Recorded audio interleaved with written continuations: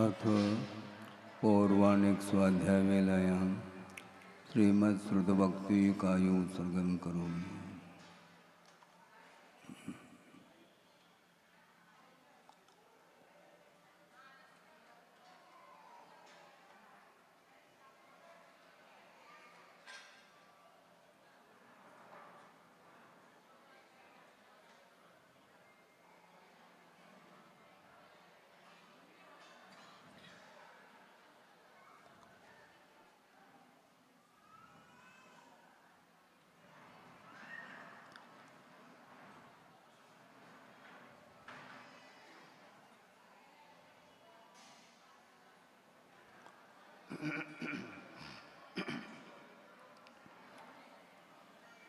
ओकारं बिन्दुसंयुक्तं नित्यं ध्यायन्ति योगिनः कामदं मोक्षदं चैव ओंकाराय नमो नमः। अविरल शब्दघनोग प्रक्षालित सकल भूतल कलंका मुनिविर्पाशुतीर्था सरस्वत्यर्तनोदुरितम् अज्ञानतिमिरान्धानां ज्ञानाञ्जनशलाकया चक्षुरुन्मीलितं येन तस्मै श्रीगुरुवे नमः। परम गुरुभ्यो नमः। परम्पराचार्य गुरुभ्यो नमः। सकलकलुषविध्वंसकं श्रेयसां परिवर्धकं धर्म संबंधकं भव्यजीवमनप्रतिबोधकारकमिदं शास्त्रं श्री कार्तिकेयन प्रेक्षा नामधेयम्। अस्य मूलग्रंथकर्तार श्री सर्वज्ञदेवाः तदुत्तरग्रंथकर्तार श्री गणधरदेवाः प्रतिगणधरदेवाः येषां वचोनुसारमासाद्य श्रीमद् आचार्य प्रवर श्री कार्तिकेय देवैर्विरचितं मंगलम भगवान् वीरो मंगलम गौतमो वने मंगलम कुंदकुंदाद्यो जैन धर्मोस्तु मंगलम सर्वमंगलमांगल्यं सर्वकल्याणकारकं प्रधानं सर्वधर्माणां जैनं जयतु शासनम्। कोटिशतं द्वादशैव कोटो लक्षाणि शेतेस्त्रिदिकानि चैव पञ्चाशदष्टौ च सहस्रसङ्ख्यमेतत्श्रुतं पञ्चपदं नमामि। अरहन्तभास्यत्तं गणहरदेवे गन्त्यं सम्मं प्रणमामि भक्तियुक्तो सुगुणान्महो वहिं शिरसा यच्छामि बन्ते सुधभक्ति कांसो कोदसालोचे अंगुवंगपयनय पाउडय परियम सुत्त परमाणुगपोगय चूलिया केव सुत्तय तुदमकायम सैनिचकलमंचे में पूजे में वंदा में नमंसा में दुख कहो गमको भूलाओ सुगय गमनम समाय मरणम जनगुण संपत्ति होद मध्यम। अथ पौर्वाणिक स्वाध्याय वेलायां श्रीमद् आचार्य भक्ति कायोत्सर्गं करोमि।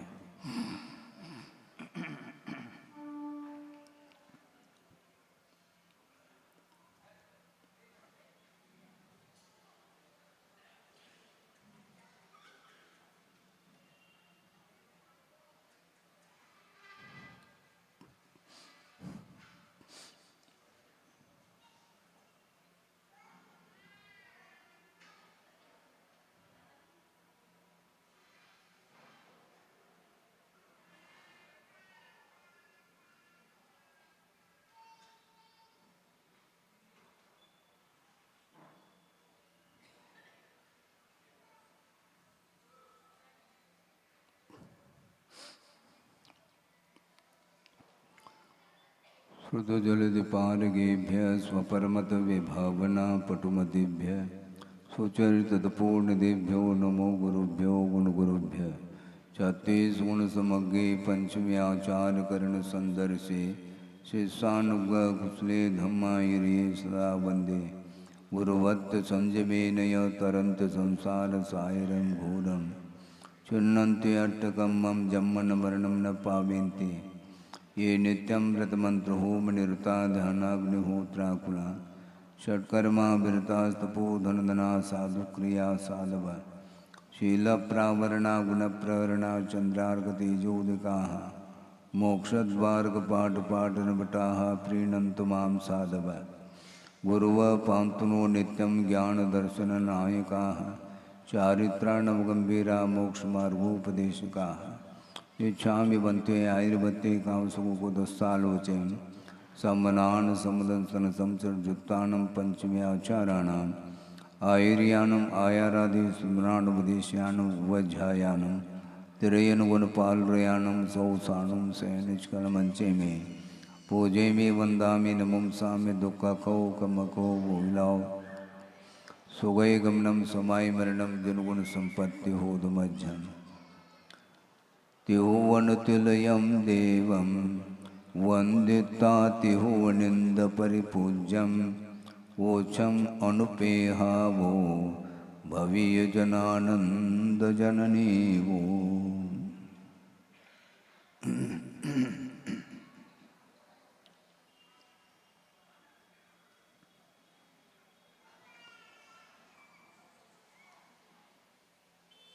अनित्य अनुप्रेक्षा के विषय में एक अंतिम गाथा के माध्यम से इसका उपसंहार किया जा रहा है। बिना किसी भूमिका के इस गाथा को लेते हुए आगे कुछ विचार रखा जाएगा। चैवून महामोहम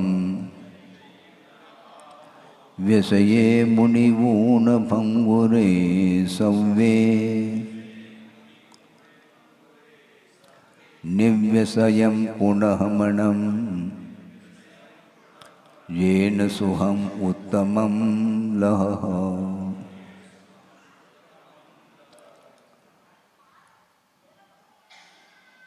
महामोहम चैवून, महा का अर्थ है ये मोह ऐसा कर्म है जो सब कर्मों में सामर्थ्यवान है। अनंत शक्ति के धारक जीव है, इसके बावजूद भी मोह के चपेट में आकर के उसकी सारी शक्ति छीन ली गई है मोह के द्वारा। वह सामर्थ्य समाप्त नहीं हुआ जीव का, किंतु वर्तमान में वह सामर्थ्यहीन महसूस कर रहा है। मोह की विजय और आत्मा की हार। मोह जीत रहा है और आत्मा की हार हो रही है।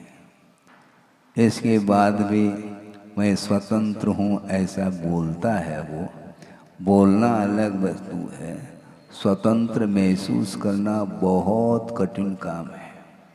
जो जितना व्यावहारिक होगा वह उतना ही परतंत्रता का अनुभव करेगा, इसमें कोई संदेह नहीं है।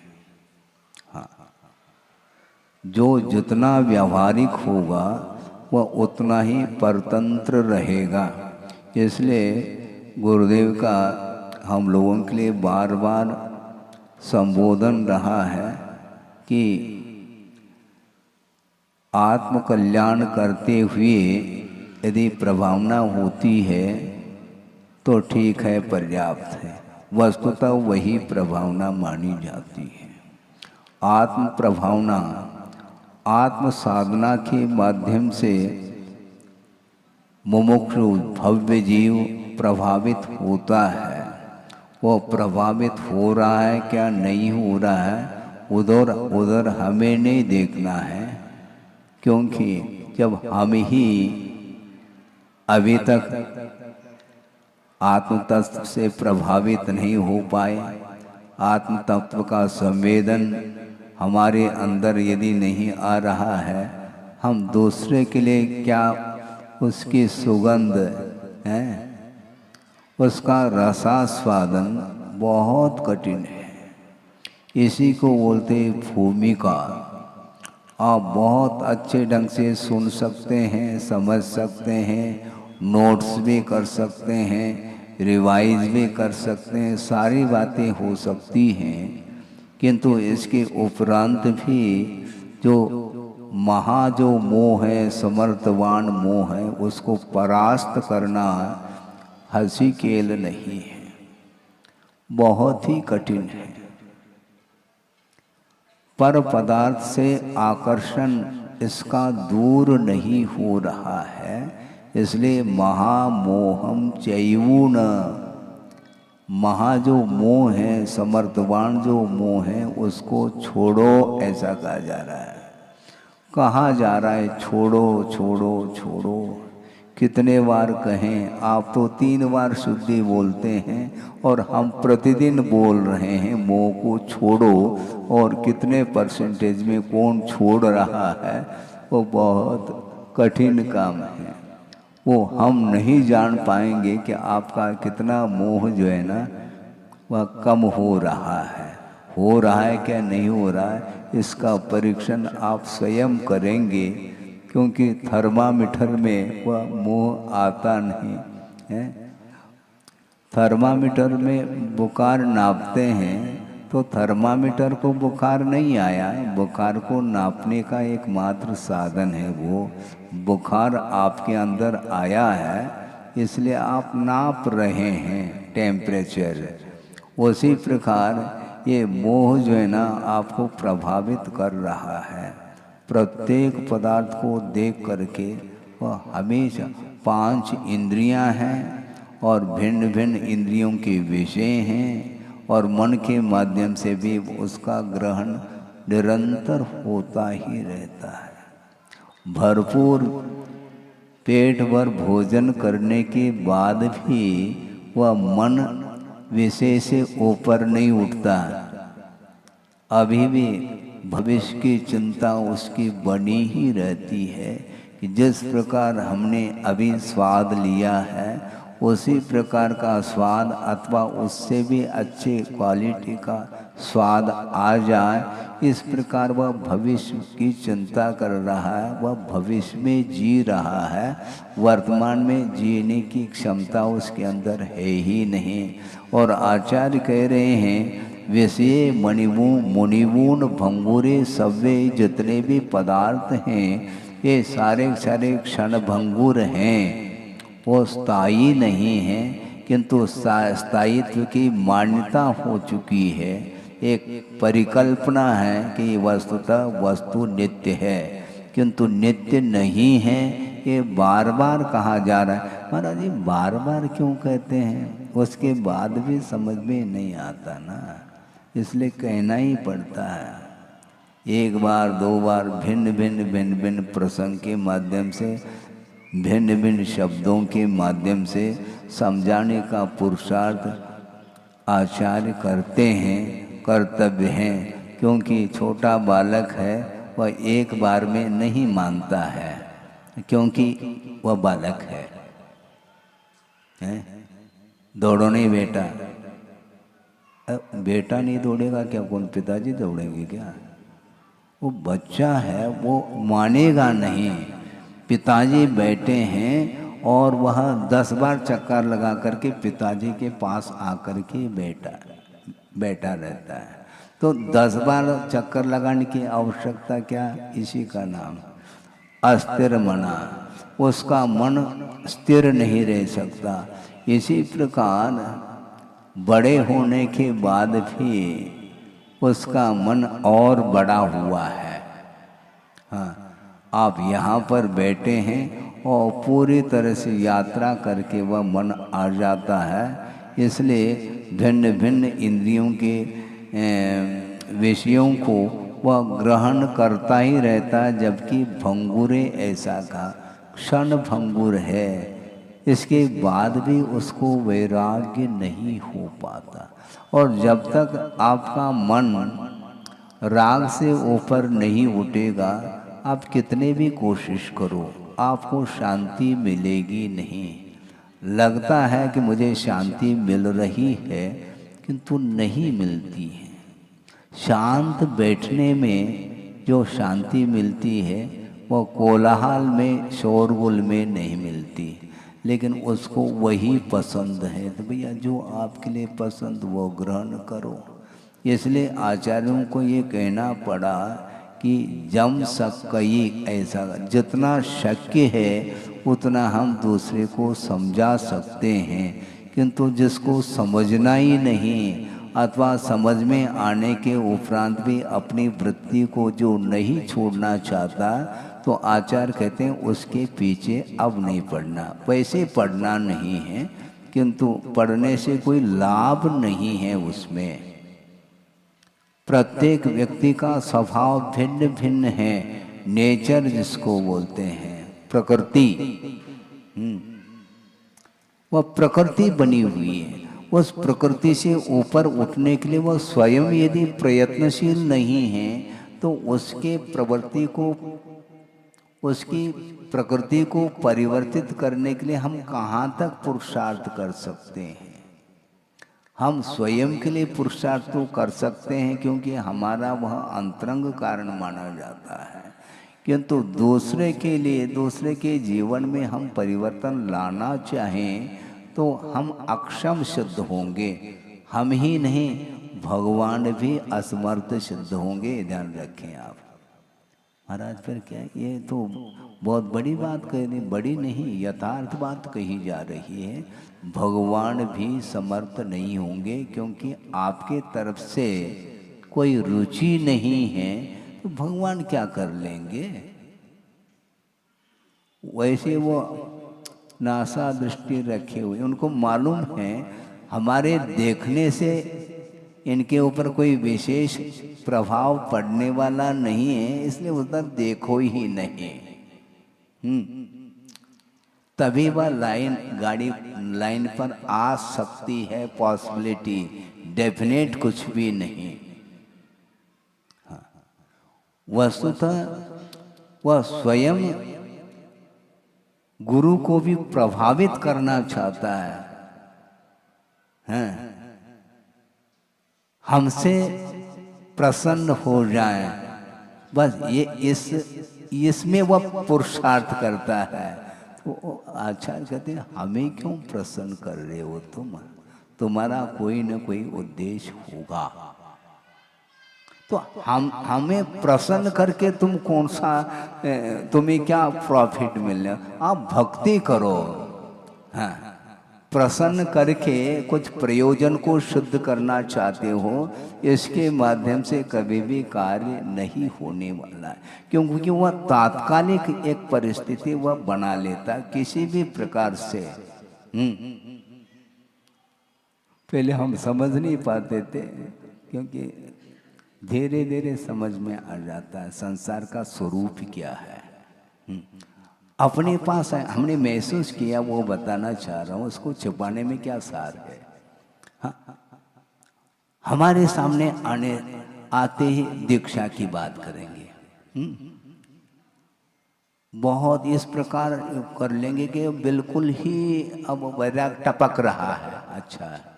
और परिसर के बाद जाने के बाद फिर तो अपने स्वभाव में आ जाएंगे वो। हाँ, तो इस प्रकार करके आप करना क्या चाहो, प्रभाव स्वयं आपका यदि मन भीगा नहीं है, तो मैं कहाँ तक भगा सकता हूँ, हमारा कार्य है ही नहीं। आचार्य कहते हैं एक एक समय बहुमूल्य है।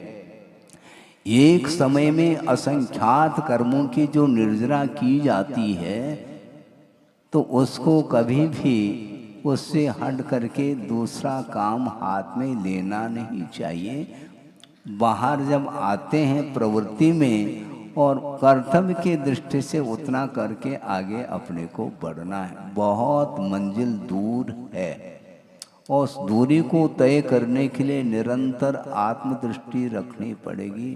पर की ओर जो दृष्टि है, एकमात्र विकास की अपेक्षा से भव्य जीवों के कल्याण की दृष्टि को लेकर के थोड़ा सा प्रयास उसमें किया जा सकता, थोड़ा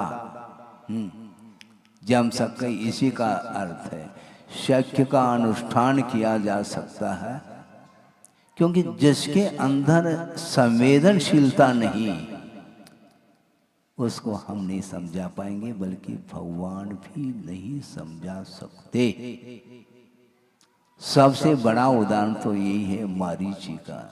उसको जब कभी भी मैं सोचता हूँ कि ऐसी कौन सी उसकी वृत्ति होगी ऐसा कौन सी उसकी प्रकृति होगी कि इतने बड़े योग के आदि में वृषभनाथ हैं, 3 लोग के नाथ हैं, लेकिन उस मारीची के नाथ नहीं बन पा रहे हैं वो। हाँ, 3 लोग के तो नाथ रहे किंतु मारीची को सुधार नहीं पाए। इसलिए उन्होंने सोचा कि हमें सुधारना किसी को नहीं, यदि सुधरता है तो अच्छी बात है, हमें सुधारना नहीं। सुधारने का अर्थ क्या होता है मालूम है? अच्छे ढंग से धारण करने का नाम सुधार। सुधार का अर्थ क्या? अच्छे ढंग से धारण करो, स्वयं के लिए कहा जा रहा है। तुम दूसरे को सुधारने की बात करते हो। अच्छे ढंग से धारण करो, सुधार सुष्ठु रूपेण, अच्छे ढंग से धारण करो। जो भगवान की वाणी है उसको अच्छे ढंग से आत्मसात करो तो शायद संभव है उसका प्रभाव पड़ जाए। एक कोड़ा कोड़ी सागर प्रमाण चतुर्थ काल, जिसमें कि 42,000 वर्ष कम करना है। 42,000 वर्ष है ना, क्योंकि 21,000 वर्ष पंचम काल है, 21,000 वर्ष षष्टम काल है, और 21,000 वर्ष और आगे दूसरा षष्टम काल आएगा, पुनः एक पंचम आएगा, फिर बाद में जाकर के चतुर्थ काल आना है। तो चतुर्थ काल 42 कितने हो गए फिर? हाँ, 42,000 ही हो गए। हाँ हाँ, ठीक है।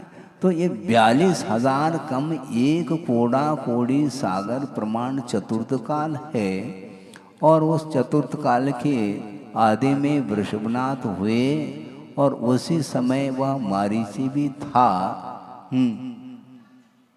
सभा में।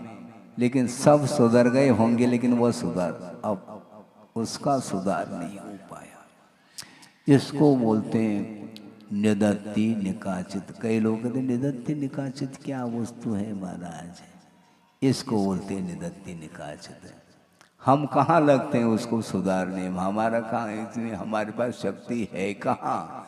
जो भगवान ही असमर्थ हुए उनको सुधारने में, इसलिए वो पुरुषार्थ नहीं, उनको सब केवल ज्ञान में आया है, इसलिए वो ज़्यादा उसके पीछे नहीं, फिक्र नहीं। हाँ, ज़्यादा सुधारने के पीछे पड़ने से वह भाव फिर बढ़ते हैं। हाँ, ऐसा आप लोग बोलते हैं ना, हाँ, भाव खाता है। अच्छा हाँ, वो भाव खाता है, ज़्यादा नहीं। हाँ, कोई भी चीज़ बेचना है मान लो, वो भाव खाता है। तो नहीं, कोई खरीदना है तो वो भाव खाता है, वो ज़्यादा भाव बढ़ाता है। तो भैया बढ़ाने दो उसको, हमें आवश्यकता नहीं है। ना हमें खरीदने की आवश्यकता, ना बेचने की आवश्यकता है। जैसा है वैसा रहने दो।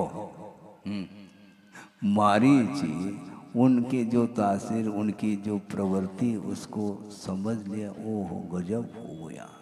मतलब केवल ज्ञानी होकर के भी उसको सुधार नहीं पाए। कहाँ तो पशुओं के ऊपर प्रभाव पड़ा उनका, और जन्मजात जो वैर को ले हुए जो पशु आदि होते हैं, उनके ऊपर भी उनका प्रभाव पड़ा, उस वीतरागता का और दिव्य ध्वनि का। इसके बाद भी उनके अंदर ऐसी कौन सी है, उसको क्या कहें, कुछ कहा नहीं जा सकता, अकथनीय है, अवर्णनीय। इसी को बोलते महामोहम चैवुन। मोह बहुत बड़ा बलवान होता है, वह किसी से हिलने वाला नहीं है वो। हाँ, उसको पिघलाना बहुत कठिन है, हाई टेम्परेचर चाहिए। एक 2-4 कागज के टुकड़े हैं मान लो, उसको आपने जला दिया, उस पर उस उतने में दूध गर्म हो सकता है, चाय बन सकता है, जो भी बनाना चाहो। लेकिन अब मेटल को गलाना है, टेम्परेचर, हाँ, भट्टी, जलानी पड़ती है, तब कहीं जा कर के वह धातु वह तरल हो जाता है। हम बिल्कुल बाएं हाथ का खेल समझाने संभव नहीं है, बहुत सॉलिड है वो मोह। उसको गलाने के लिए एक कोड़ा कोड़ी वर्ष लगभग लग गए। अंत में जा कर के वह मारीची अंतिम तीर्थंकर बन गया। वह सब जानते थे, इसलिए शांति रखो, समय पर वह होगा काम, हमारे करने से नहीं हुआ। इसी को बोलते हैं कर्तृत्व का त्याग होना चाहिए। मैं करके ही रहूंगा, ये गलत है। ये मैं सहयोग दे सकता हूं, किंतु उसके अंदर यदि योग्यता है तो वह होगा काम। उसके अंदर योग्यता होनी चाहिए, उसके बगैर संभव नहीं है। इसलिए एक कूड़ा कूड़ी सागर तक, मतलब सागर का स्वरूप समझेंगे तो आंख मिच जाएंगे। बहुत कठिन काम है। और एक कूड़ा कूड़ी सागर में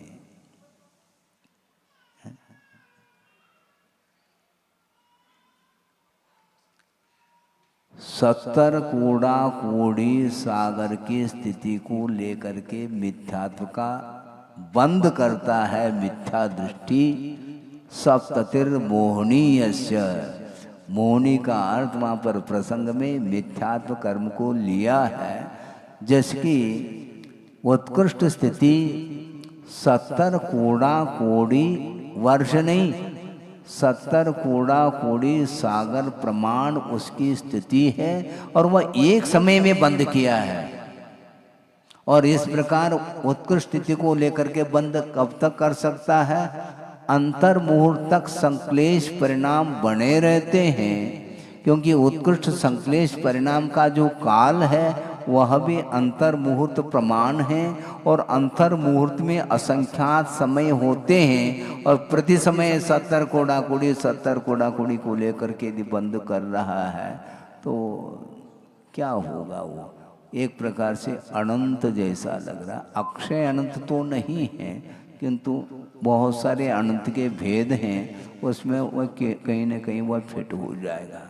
अब सोचो, विचार करो, हम पसीना बहा रहे हैं तो उसके अंदर पसीना आ नहीं रहा, उसको कहाँ तक समझा सकते हैं? इसलिए अपने परिणामों को संभालने वाला स्वयं यदि संभालना चाहे तो संभाल सकता है, हमारी वश की बात नहीं। इसलिए कर्तृत्व को दूर रखो, कर्तव्य करो और आगे बढ़ो, इतना ही कहा है, क्योंकि स्वयं पसीज नहीं रहा है। जिसके अंदर संवेदन नहीं है उसको समझा नहीं सकते। इसलिए कार्तिकेय प्रेक्षा स्वयं अपने को चिंतन करना है। सामने वाला यदि मान लो अपने आत्महित के अपेक्षा से इसका अनुचिंतन करता है तो उसके लिए लाभ है, बाकी जो है सो है। इसलिए चैवून महामोहम ऐसा कहा, जो समर्थशाली मोह है उसको छोड़ो, ऐसा कहा जाए। अब देखो महाराज, आप प्रेरणा नहीं देते, अच्छा आज्ञा दे रहे हैं, प्रेरणा की क्या बात करते हो आप? चैवून छोड़ करके, इन्हें छोड़ो। छोड़ने के बाद फिर क्या करना? क्या समझ करके छोड़ना? पंचेंद्र के विषयों को क्षणभंगुर जान करके उस मोह को छोड़ो, ऐसा कहा जा रहा है। कितने बार कहें मोह को छोड़ो? बार बार कहें क्या? जब मोह का स्वरूप जानने में आ गया है तो छोड़ो करने की आवश्यकता नहीं पड़नी चाहिए। अनंत काल से वह मोह आपको प्रभावित कर रहा है, अभी भी मोह का स्वरूप क्या है, उसका स्वभाव क्या है, वह पकड़ में नहीं आ रहा। इसी का नाम मोह। मोह हमेशा भुलाव में डालता है। हाँ, उसकी प्रकृति है, वस्तु का जैसा स्वरूप है उसको उस प्रकार नहीं दर्शाना, यह मोह का कार्य है। और मोह कोई वस्तु नहीं, कोई भौगोलिक वस्तु नहीं है वो, क्योंकि आत्मगत वह परिणाम ही मोह है। एक द्रव्य कर्म होता है और एक भाव कर्म होता है। द्रव्य कर्म का अर्थ यह है वह कर्म वर्गनाएं कर्म के रूप में परिणत हो रही हैं, इसका नाम द्रव्य कर्म है। और उनके परिणमन में जो आत्मगत जो कालुष्य भाव है उसी का नाम मोह कहा है। इसलिए आत्मगत जो परिणाम है, जो मोह को उत्पन्न करने वाले जो परिणाम माने जाते हैं, उसके माध्यम से ही कर्म का अर्जन होता है। इसलिए समस्त पदार्थ यानी पौद्गलिक वस्तु ये सारे सारे क्षणभंगुर हैं। और पौद्गलिक वस्तु के साथ संबंध रखने वाला जो जीव है उसको भी क्षणभंगुर जानो पर्याय की विवक्षा में। पहले भी शायद कहा था, फिर से याद दिला दें, क्योंकि अनुप्रेक्षा तो है, याद दिलाना चाहिए कि राग जो है ना वह पुद्गल वस्तु के साथ भी होता है और जीव के साथ भी होता है। किंतु जीव के साथ जो राग होता है वह अलग क्वालिटी का होता है। पौद्गलिक मान लो एक तकत, फर्नीचर जिसको बोलते हैं, तकत है, बाजोटा है, आदि आदि है, माइक है, जो भी देखने में आ रहे हैं जड़ वस्तु, उसको लेकर के राग तो हो सकता है, किंतु कभी भी उस पदार्थ के प्रति स्नेह नहीं होता है। अब बच्चों के ऊपर स्नेह भरे हैं, दुलार, लाड़, प्यार आदि आदि तकत के ऊपर होता है? नहीं होता, क्योंकि वह जड़ है। लेकिन राग तो होता है, ये बहुत अच्छा तक चुकना है। चुकना को चुकना जानो ना, ऐसे ऐसे क्यों कर रहे हो आप? चुकना है तो चुकना, रूखा है तो रूखा, जैसा है वैसा जानो ना। वो भीतर जो आनंद आ रहा है, जो आकर्षण का केंद्र बना है, वही मोह है, वही राग है। उसको कम करने के लिए कहा, जैसा है वैसा जान करके आगे बढ़ो ना, नहीं बढ़ा जाता महाराज। हाँ, इसी का नाम महामोहम चैवोन कहा। बहुत बलशाली है वो मोह, आपकी शक्ति को रोक दिया है। अनंत शक्ति का वह धारक जीव हो करके भी वर्तमान में उसकी शक्ति मोह के द्वारा ही छीन ली गई है। चिंतन तो करो, चिंतन करो नहीं, चिंतन कैसे करें महाराज? वस्तु को जानो, क्षणभंगुर है, बहुत कठिन है। सम्यक दर्शन होने के बाद, श्रद्धान होने के बाद भी स्नेह से ऊपर उठना खेल नहीं है। 6 महीने तक रामचंद्र जी को पूछो, लक्ष्मण के अवसान के बावजूद भी वह शव को ले करके फिर रहा है। लोग देख करके हंसेंगे आज ऐसा कोई कर ले तो क्या है? और सम्यक दर्शन क्षायिक है, इसके बाद भी वह मोह का पर्दा, अनंतान मंदिरजन्य मोह तो समाप्त हो गया, किंतु असंयम संबंधी जो राग है वह छूट नहीं रहा है। अब इसको निदत्ति कहो, निकाचित कहो, आप जानो, आपका काम जाने। परिभाषाएं समझ में आवे अथवा न आवे, इससे हमें कोई प्रयोजन नहीं, किंतु जिसके माध्यम से हमारा कार्य रुक रहा है, वह क्यों रुक रहा है उसको जो है ना वहीं पर समझ में आ जाता है।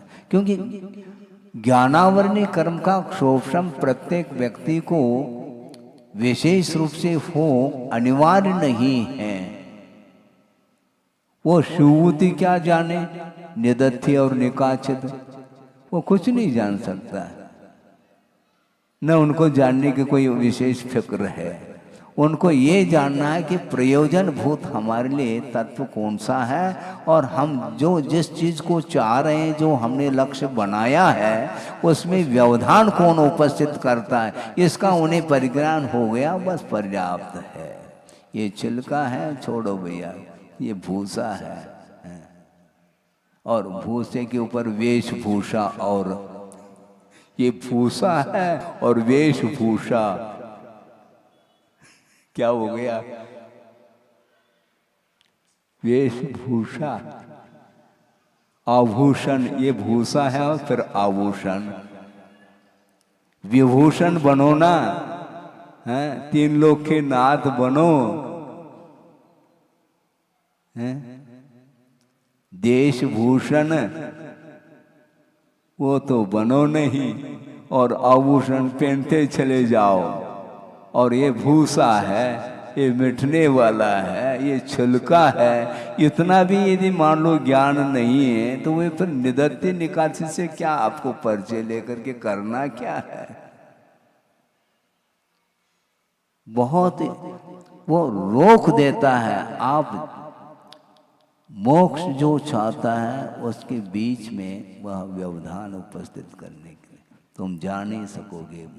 अनंत काल से उसने रोक दिया है, उसको रोकने वाला कौन? स्वयं अपने परिणाम ही वीतराग परिणाम के माध्यम से उसकी शक्ति को क्षीण की जा सकती है।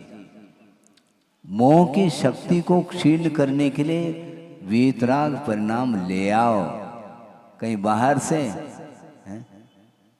किस कॉलोनी में जाए वीतराग भाव को खरीदने के लिए? लाड़गंज में, हैं? कंचन विहार, हैं? किस कॉलोनी में जाएं वीतराग भाव को खरीदने के लिए? खरीदने की वस्तु नहीं है वो।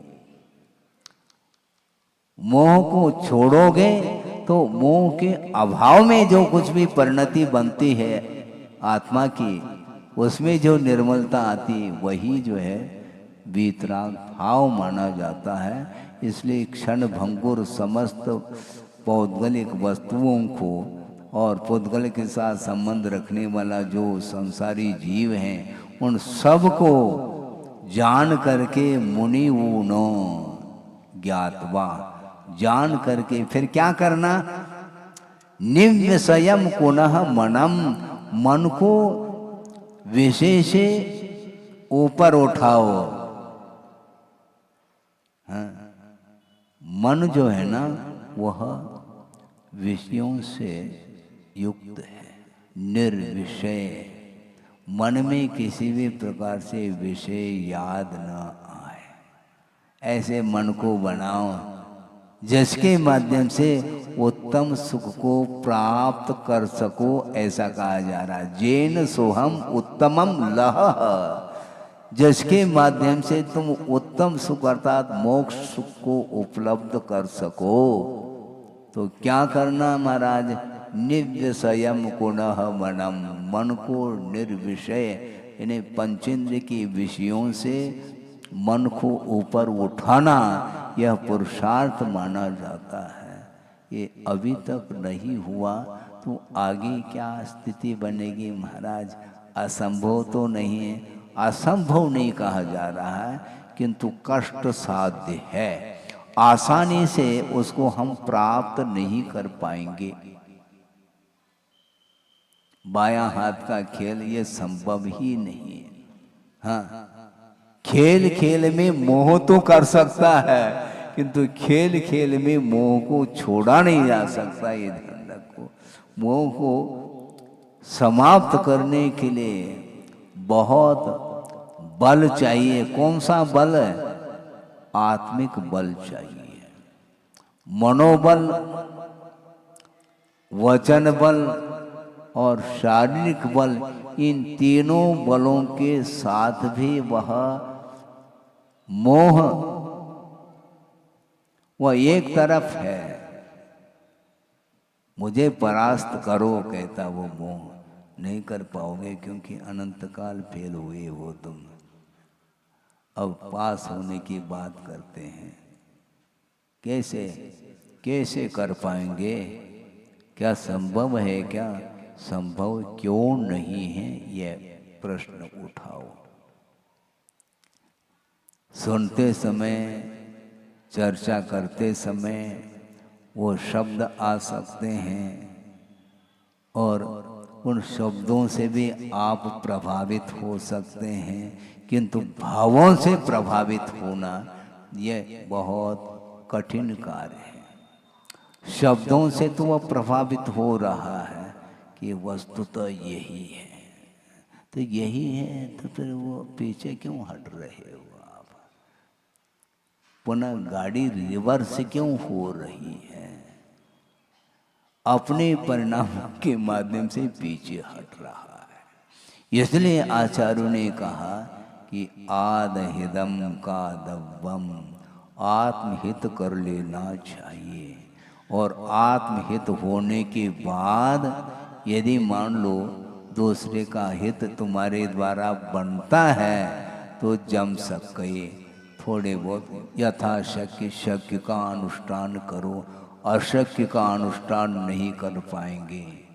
इसलिए कर्तव्य जो होता है वह शक्य का अनुष्ठान मात्र करा देता है, और उससे आगे बढ़ गए तो संक्लेश ही हाथ लगेगा, क्योंकि उसमें कर्तृत्व आया है।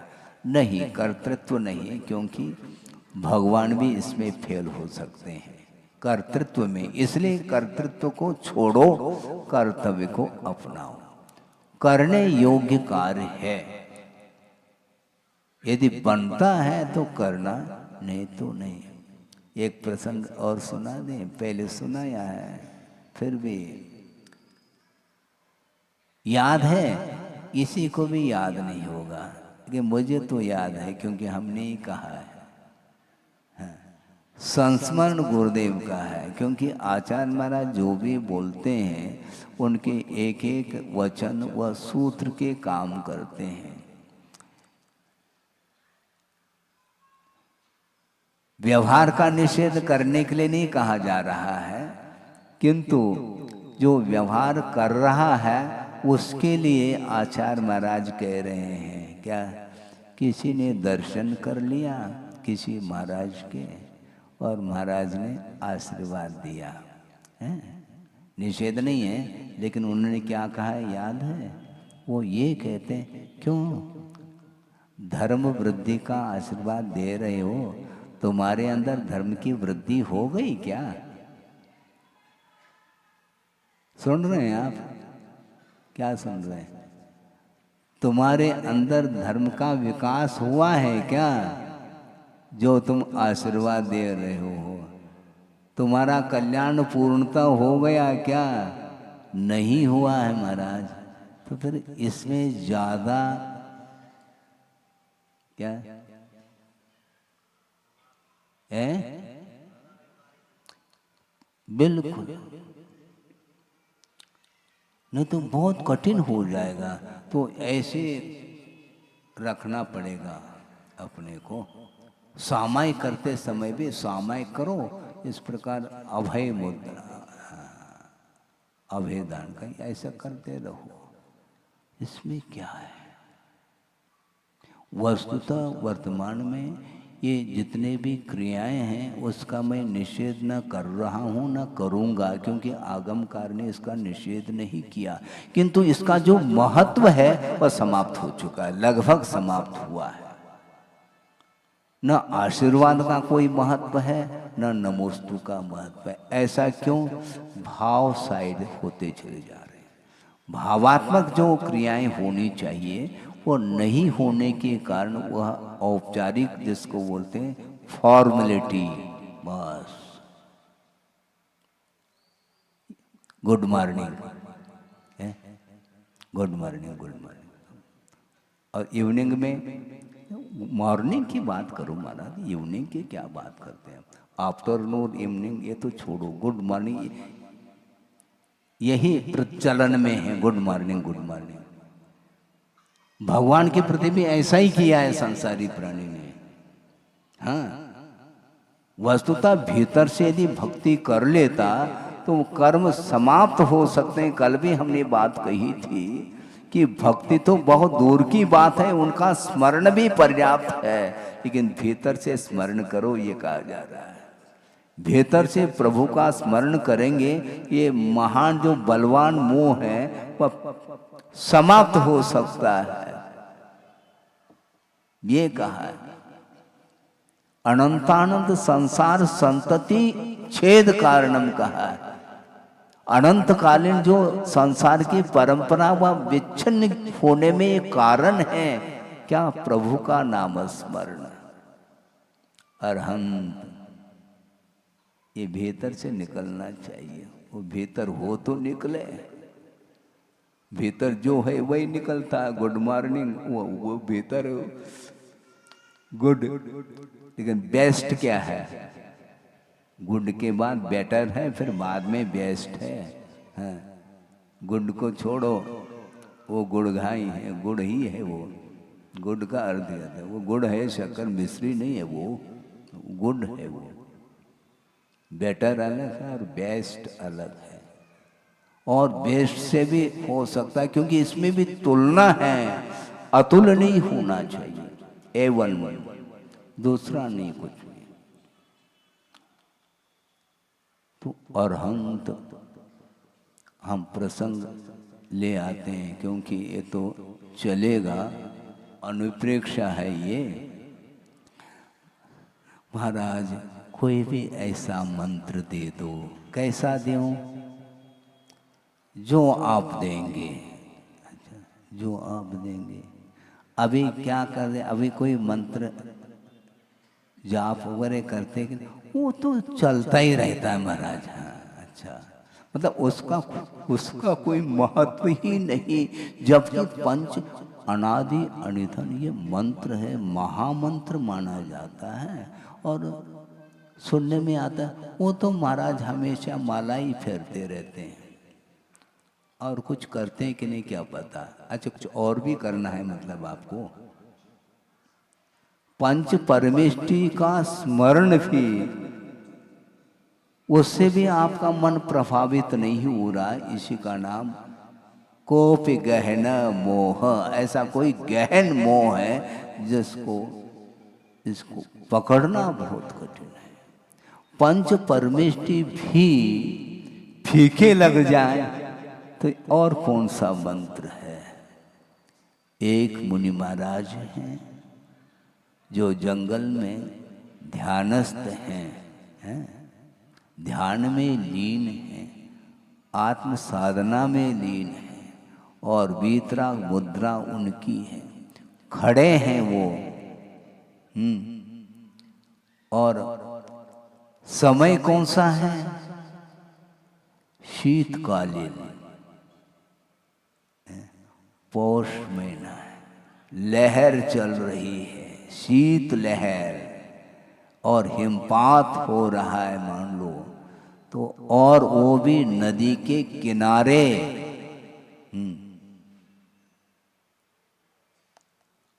और रात में खड़े हैं, और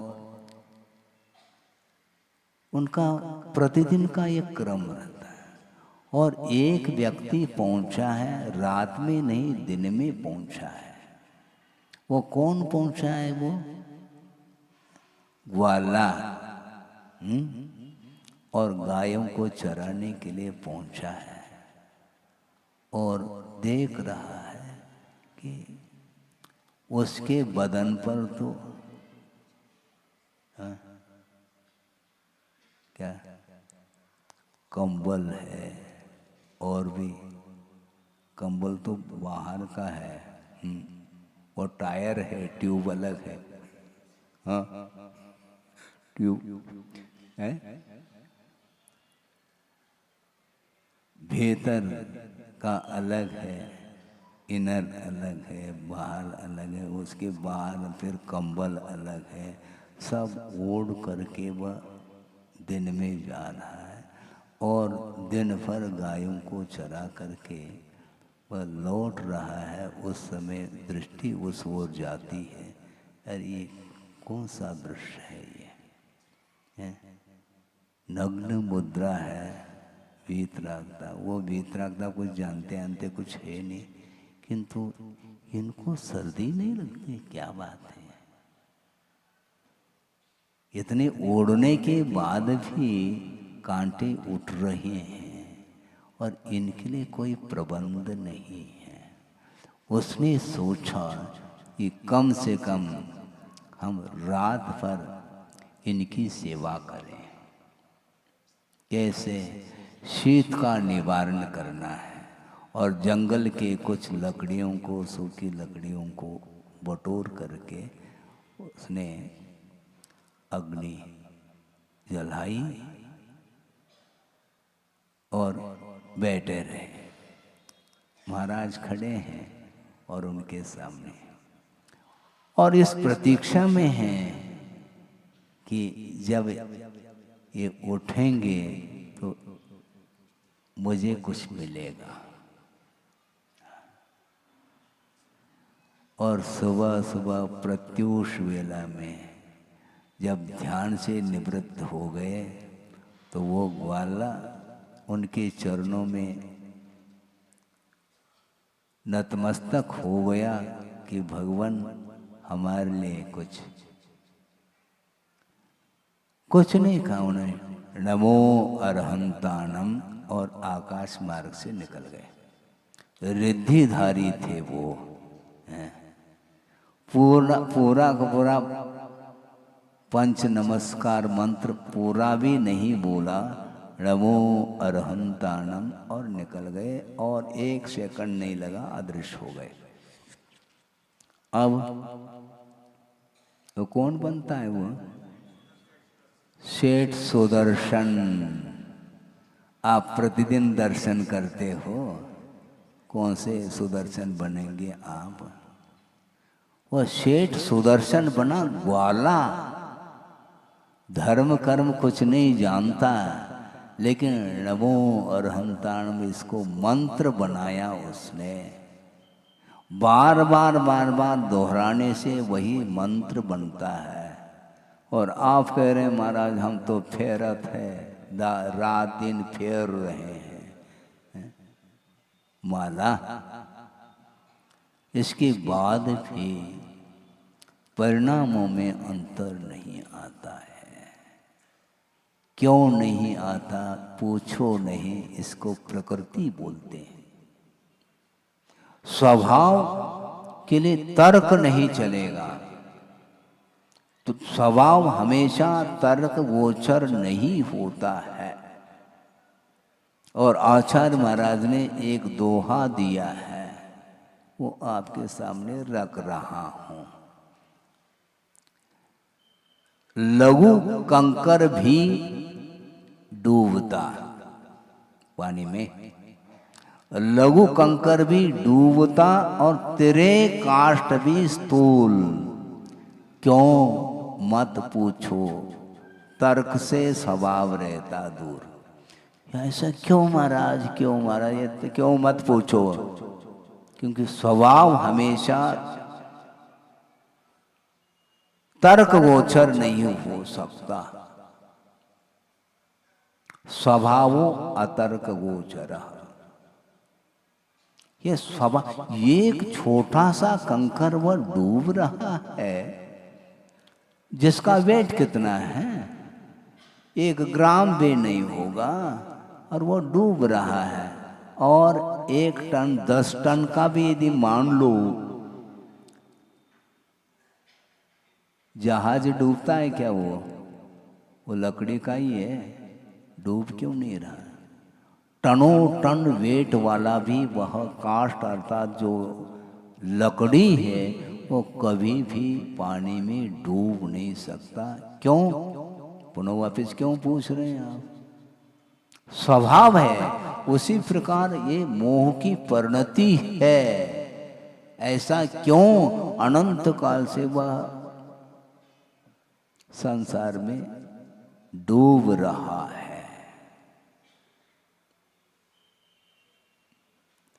नमो अरहंताणम, इसको उसने मंत्र बनाया और सुदर्शन सेठ बना और 2 बार उसके जीवन में उपसर्ग हुआ। एक बार गृहस्थ अवस्था में उपसर्ग हुआ और एक बार मुनि बनने के बाद उपसर्ग हुआ। गृहस्थ अवस्था में भी उपसर्ग हुआ, मुनि अवस्था में मान लो उपसर्ग को जीत लिया, कोई विशेष आश्चर्य नहीं है। हालांकि बहुत बड़ा भयानक उपसर्ग है, लेकिन असंयम अवस्था में भी उपसर्ग होने के उपरांत भी एक क्षण मात्र के लिए भी वह मन विकृत नहीं हुआ उनका।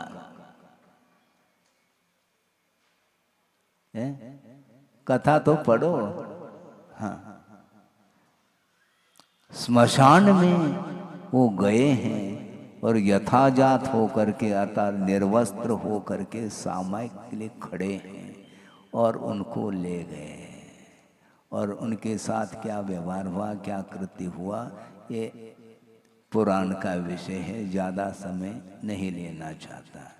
इसके बाद भी असंयमी हैं, गृहस्थ है, परिवार है उनका, पूरा का पूरा राग का अभाव नहीं हुआ, इसके बाद भी वह नहीं। फिर मुनि बनने के उपरांत फिर कथा ही क्या उनकी। मुनि बनने के उपरांत भी भयानक उपसर्ग हुआ, दोनों उपसर्गों में वह जीत उनकी हुई। इसलिए मोह को जीतना बहुत सशक्त परिणाम, वैराग बहुत दृढ़ होना चाहिए। लकड़ी के समान रह गए वो, काष्ठवत् त्यक्त देहा, इसी को बोलते हैं। कोई असर नहीं, कोई प्रभाव नहीं। केवल ज्ञान होने के बाद तो अलग वस्तु, अभी असंयम की भूमिका में ही वृत्ति बने हैं, यह अलग है, किंतु महावृत्ति तो नहीं है वो। इसके बाद भी इस प्रकार के उपसर्ग को सहन करने की क्षमता उसके अंदर कैसे आ गई। आप कहते महाराज हमारी भूमिका केंद्र, तुम्हारी भूमिका, उनकी कौन सी भूमिका थी मुझे बताओ आप, कौन सी भूमिका थी उनकी। अपनी भूमिका में बहुत कुछ किया जा सकता है क्योंकि उसके स्तर होते हैं। कक्षा एक होकर के भी ज्ञान के अपेक्षा से अंतर देखने में आता है। 10वीं कक्षा में मान लो 25 छात्र पढ़ रहे हैं, कक्षा एक ही है, इसके उपरांत भी जो ज्ञान का जो विकास जो हुआ है उसका एक स्तर है, वह पुरुषार्थ का वह प्रतीक मान।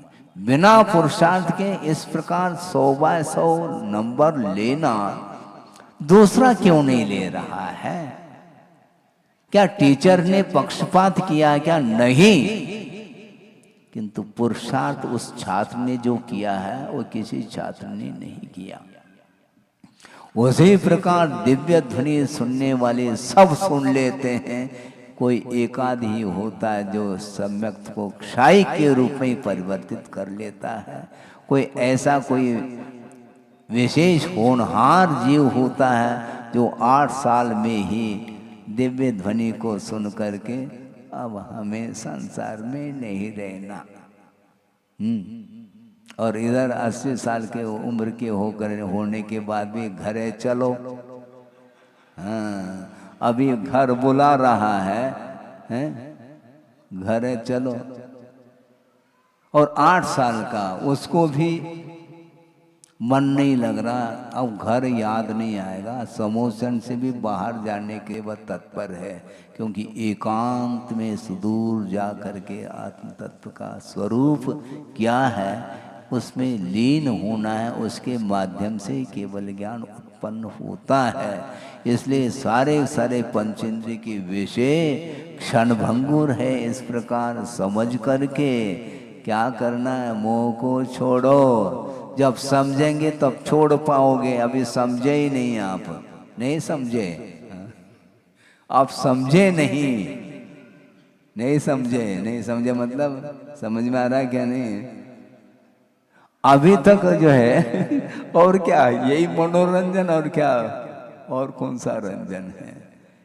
अभी तक विषय का क्या स्वरूप है, स्वभाव है, उसकी क्या प्रकृति है, वो पकड़ में नहीं आ रहा है, इसलिए बार बार उसी ओर जाता है। ये आकर्षण, इसलिए निव्यसयम पुनः मनम, मन को विषय से ऊपर उठाओ, वो विषय में लीन हो रहा है, उसी में बार बार बार। और बोलते हैं क्या अपन, जनगुण संपत्ति हो मध्यम। आह, बहुत बढ़िया, शानदार। जनगुण संपत्ति मुझे प्राप्त हो, कैसे प्राप्त हो? वो संपदा तो छोड़ो तुम जो हाथ में ले रखा है? वो संपदा को तो छोड़ेगा नहीं, छोड़ नहीं पा रहा है। और मुझे जनगुण संपत्ति मिल जाए, कहाँ से मिलेगी? आपके अंदर ही वह निधि है, किंतु अभी भी जो मोह की सन्निधि, हाँ, उसको छोड़ो, मोह की सन्निधि में रह रहे हैं, बगल में मोह को रखा है, और जनगुण संपत्ति की बात करते हो, नहीं मिलने वाला। एक बार जो है ना प्रभु का नाम स्मरण करना, अनंत संसार का विच्छेद हो सकता है, इतनी क्षमता उनके नामस्मरण में है। इसके बाद भी वह आंख खोलते ही भगवान ओझल हो जाते हैं और पुनः वही आकर्षण का केंद्र बना हुआ रहता है। इसलिए ये अनित्य भावना के विषय में कितना वर्णन करें। उत्तमम सुहम लह, उत्तम सुख अर्थात मोक्ष सुख को यदि प्राप्त करना चाहो तो मन को निर्विषय बनाओ। मन में हमेशा कोई न कोई विषय बना हुआ रहता है, वही रहता है। वो खाते पीते उठते बैठते बोलते चलते, वो जो मन है मन के अनुरूप चल रहा है, इसलिए यह जीव स्वतंत्र नहीं हो सकता। मन के अधीन नहीं होना चाहिए। यहाँ तक गुरुदेव ने कहा था, आपने सुना हो नहीं सुना हो, कि उन्होंने ये कहा था कि अपने मन के ऊपर भी विश्वास नहीं करना चाहिए। दूसरे के मन के ऊपर तो छोड़ो, आप अपने मन के ऊपर भी विश्वास इसलिए नहीं करना चाहिए, कदम कदम में वह विचार परिवर्तित होते रहते हैं, इतना वह अस्थिर है वो। इसलिए नहीं, मन जो चाहता है वो नहीं करना अपने को, मन से करो, लेकिन मन जो कहता है जो चाहता है वह हम करेंगे नहीं, हम सुनेंगे नहीं। हाँ? बहुत हो गया, अनंत काल हो गया मन की बात को सुनते सुनते। नहीं, हमें नहीं सुनना तुम्हारी बात को, मन बाहर जाना, जाने दो, हमें कोई फिक्र नहीं है, हमें थोड़ी जाना है, उसको जाना हो तो जा, हम तो यहीं रहेंगे। संकेत कौन दे रहा है मन के लिए? संकेत देने वाला तो जीव ही तो है, आत्मा ही तो है। वह संकेत देता है, तुम इसे ग्रहण करो। मन के लिए संकेत दे रहा है, और उसके मन और कोई वस्तु नहीं, ज्ञानात्मक ही मन माना जाता है, और उसके थ्रू कार्य चल रहा है। थ्रू अर्थात वह साधन है, वह करता नहीं, करने वाला तो जीव ही है, आत्मा ही है, और मन को संकेत देने वाला आत्मा है। इसलिए संकेत हम मन के लिए नहीं देंगे, हमारे अनुरूप कार्य होगा। मन के माध्यम से हो जाए बात अलग है, मन की इच्छा के अनुरूप नहीं, हमारी इच्छा के अनुरूप कार्य होगा। अनंत काल से मन उलझा रहा है, वह ज्ञान ही उलझाता है, उसी का नाम मन है। वो अनमन रहता, वो मन उसका दोनों के बीच में अनमन हो गया, यानी मन मिल नहीं रहा है। अभी तक मन मिला था, अब मिल नहीं रहा है, तो इसलिए स्वयं का भी मन कभी मिलता है कभी नहीं मिलता है। तो इसलिए उसको अब उस पर ध्यान ही नहीं देना, अपने को बस प्रभु को याद करो, नमोकार मंत्र की आराधना करो, और उसके माध्यम से मोह के प्रभाव को कम करने का पुरुषार्थ करेंगे तो ये अनुप्रेक्षा की सार्थकता सिद्ध होती है। इस प्रकार अनित्य अनुप्रेक्षा के विषय में बहुत संक्षेप में वर्णन किया। 20-22 गाथाओं के माध्यम से अनित्य अनुप्रेक्षा का वर्णन किया। अभी बहुत विराटता इसमें है, लेकिन यही हासिल नहीं हो रहा है, यही पकड़ में नहीं आ रहा। और क्या नया नया क्या है? नया नया जो है वह चिंतन करने से आता है, पढ़ने से नहीं आता है। एक बार पढ़ो फिर बाद में चिंतन करो। बहुत नहीं पढ़ो, बहुत बार पढ़ो।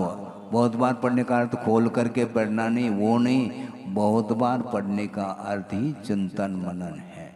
जो निरंतर वस्तु तत्व के विषय में सोचता है वह निश्चित रूप से अपना मन वह जो बाहर जा रहा था वह केंद्रित होगा और उसके माध्यम से ही वह मोह कर्म का प्रभाव समाप्त हो सकता है। हो इस पवित्र भावना के साथ। बोधि समाधि परिणाम शुद्धि स्वात्मोपलब्धि शिवशोक शुद्धि चिंतामणिम चिंतित वस्तुदाने त्वामंद मानस्य ममास्तुति। परम पूजाचार्य गुरुवर श्री विद्यासागर जी महाराज की जय। बोलिए आचार्य भगवंत गुरुदेव श्री 108 समय सागर जी महामुनि राज की, समस्त मुनि संघ की। अब हम सभी लोग आचार्य श्री जी की महापूजन करेंगे। मेरा आप सभी से निवेदन है